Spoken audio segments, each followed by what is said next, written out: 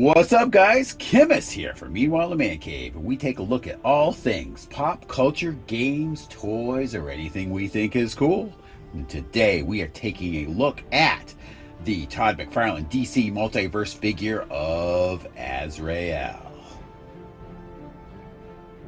The character Azrael first appeared in Sword of Azrael #1 back in October of 1992 and was created by Denny O'Neil, Joe Quesada, and Peter Milligan.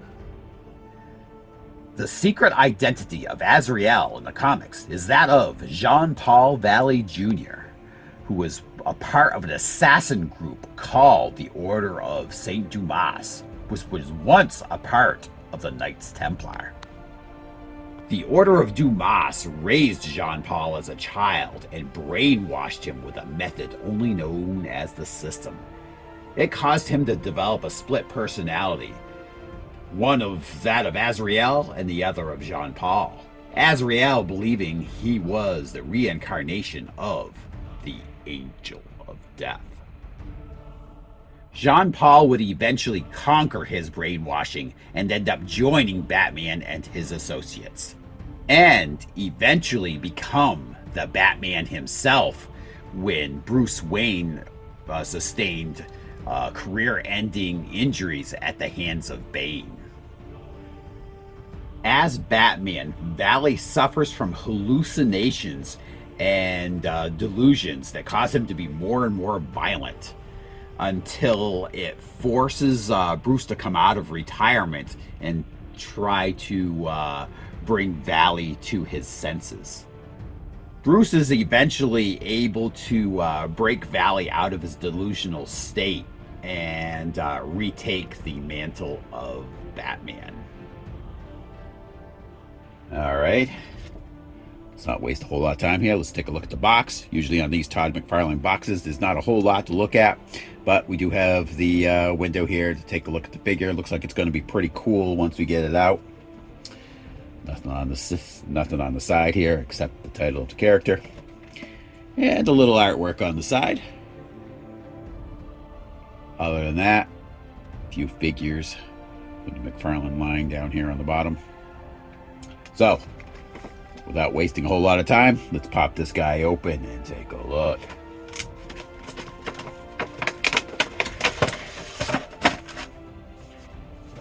All right, inside the box, again, just the same piece of artwork that's actually on the back of the box in trading card form, along with a figure stand.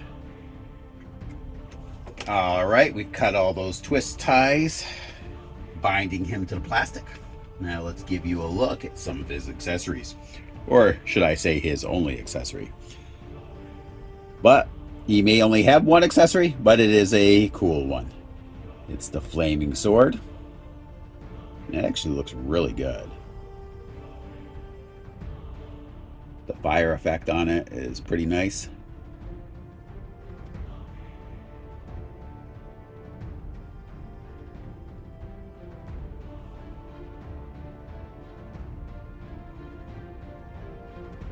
Very cool accessory. Should look good on the figure. And what's really cool too, is on the hilt, it is the cross. Pretty sweet. And here is Azrael himself. Pretty sweet figure. I like the paint.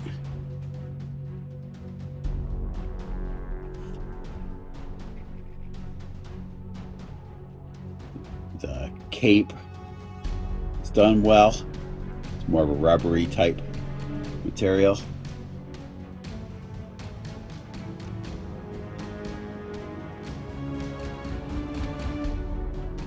Nice details on the armor.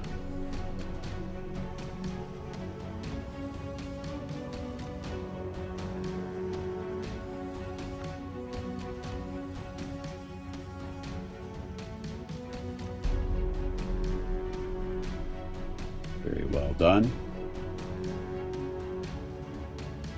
So let's check out some of his articulation, starting off with his head. Got the left and right motion. And no tilting back, but you can lean his head forward. And this hood, which I didn't notice before, is actually a rubbery material. I like that as well as some of his costume. Mixture of hard plastic and rubber. All right, hit his abdomen. Got more a little crunch motion. With some twisting at that abdomen. And the waist also turns. So that should give you some flexibility with posing.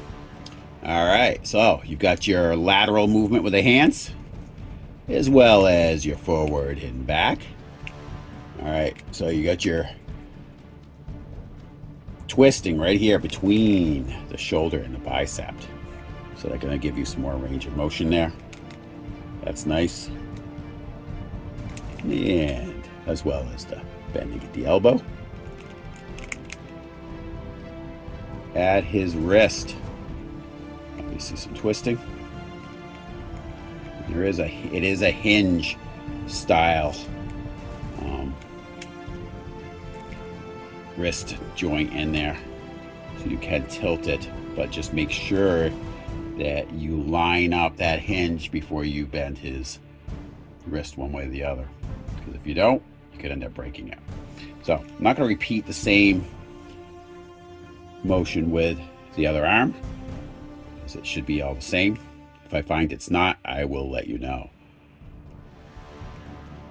All right, his leg, forward, back with a good range of motion, lateral movement, double knee joint,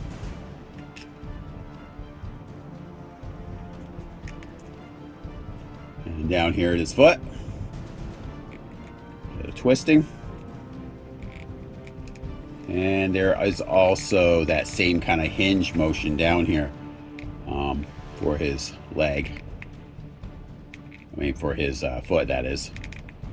So just make sure that's lined up before you attempt to move it in a specific direction. I would have liked it better if that had been on a ball joint. It gives you a little more freedom that way. And you've got a toe joint as well. So I am going to get this guy in some poses, and I'm going to let you know what I think. Okay, we do have him posed here. I do wish they gave us the option to have his blade gauntlets. That would have been pretty cool. And if they'd made the arms have some extra flexibility, so I could have had him gripping the sword with two hands. That would have added a lot more variety for the poses. But overall, I like the sculpt on this and the paint job. Now, some accents on the paint would have been kind of nice, but still, overall, I like it.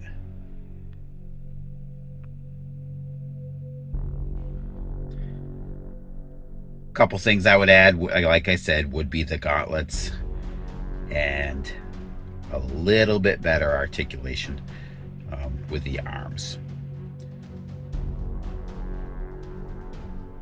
But still, I think it's one of the better McFarlane figures. Anyway, I want to thank you guys all for tuning in, and come back for the next episode of Meanwhile in the Man Cave. I'll talk to you guys later.